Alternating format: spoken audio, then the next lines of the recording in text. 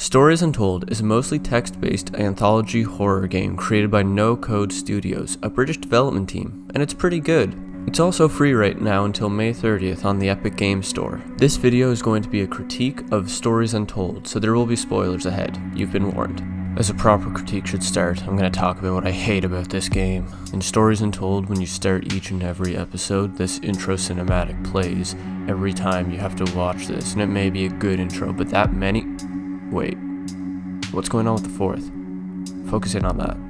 No, this is supposed to be an anthology. They're not supposed to be connected. Why is that one not following the commands? If they find out that this is one continuous story, there'll be no way... Oh, shit. They're gonna realize what he did.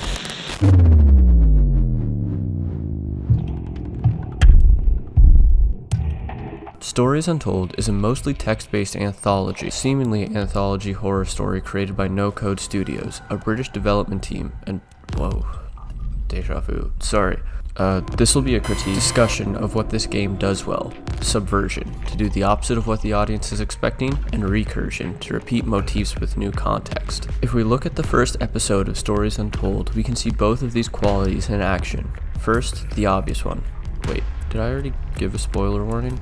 Well, here's your spoiler warning right now. In episode 1, the player is sitting at a desk with an old computer playing a text-based game. The first time you play through this text-based game, the world is happy and fun as you explore around your house after returning home from some time. No one has been there for a while, so you have to turn on some generators to be able to see inside. Then a note from your father tells you that there's a present waiting for you in your room. When you find your way to your room, there's an old computer of yours, the Futuro 128K Plus 2, the same fake model that you're playing this text adventure on. In the text adventure, you also find the game you're playing, The House Abandoned. When the cassette is inserted into the computer, things take a dark turn. The computer you're playing on fizzles out and resets the game with a more ominous tone.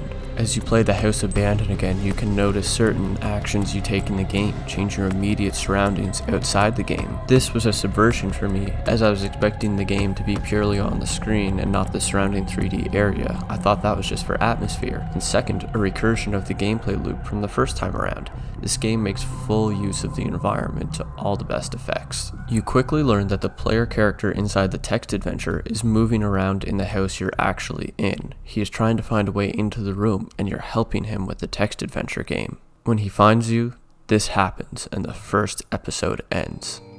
The first episode of Stories Untold lays all the game's cards on the table, but just as in poker, where you can have multiple arrangements of a hand of cards, this game can do the same with its principles, and this first episode lays them out in the smallest point value.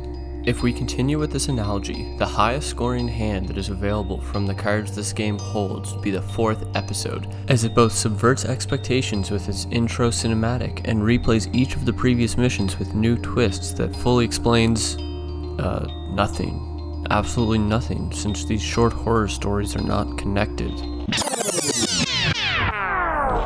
And replay each of the previous episodes with new twists that fully explain the story. Right. There is a story to this game. One about James Asian, a 22-year-old man who gets into a car accident and killing his sister in the process. After that, he falls into a coma for 2 weeks. Each of the seemingly unconnected stories are representations that Asian's fractured mind has come up with to explain different parts of his life immediately before and after the crash. The first episode is meant to represent the night before he left and the guilt he internally feels for the actions he took that night. The next episode is representative of the ambulance ride to the hospital and the immediate aftermath of the car crash. James viewing himself as an alien surrounded by lights and being taken to the military base parallels what actually happens, even down to the detail of there being 2 aliens, one of which who died at the crash. Then the third episode represents the coma he was in as a remote weather base in Greenland, where he can hear those around him but can't communicate himself. The ending to this story is poignant, as he has to turn on a generator and turn on lights to find his way back to his room, in the exact same order that you do in the first episode. When James opens the door to the station, you receive a brief glance at the player character from the first episode sitting alone in a room in front of a computer. There are interesting details in each of these stories that hint at something larger going on, like the title of the third episode's code cracking handbook being the COMA handbook, or the images flashing in episode 2 being of a human female. These are details that remind me of Edith Finch's world building, although they aren't quite as brilliantly pulled off as that game. But I don't think I've seen environmental storytelling done that well before or since, so that's not really a negative. Suffice it to say, this is all to set up the brilliant last episode. The start of episode 4 and the end are the only times in the game that the player character is in reality and not in James's mind.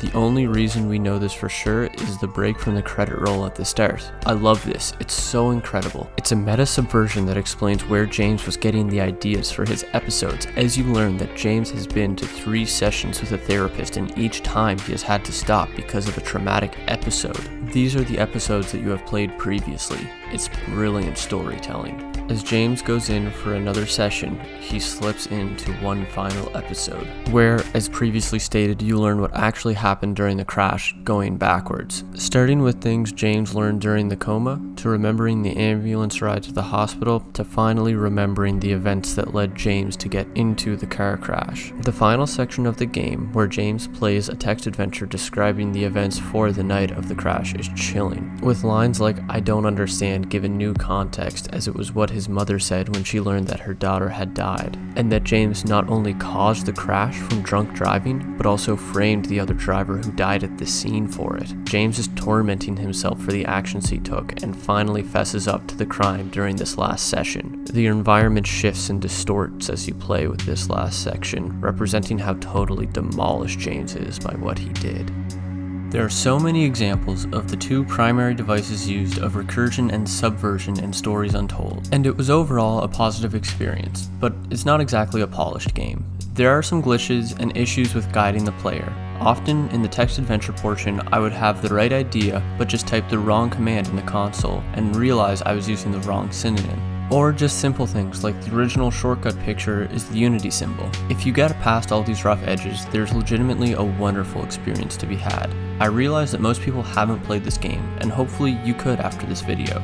Even though you've had the story spoiled, the puzzles are still enjoyable, and there are little details you can now realize on your first playthrough. This game is roughly 4 hours, so it's pretty short. Anyways, I don't really have anything else I want to talk about with this game, but I do want to have a quick chat about the Epic Game Store.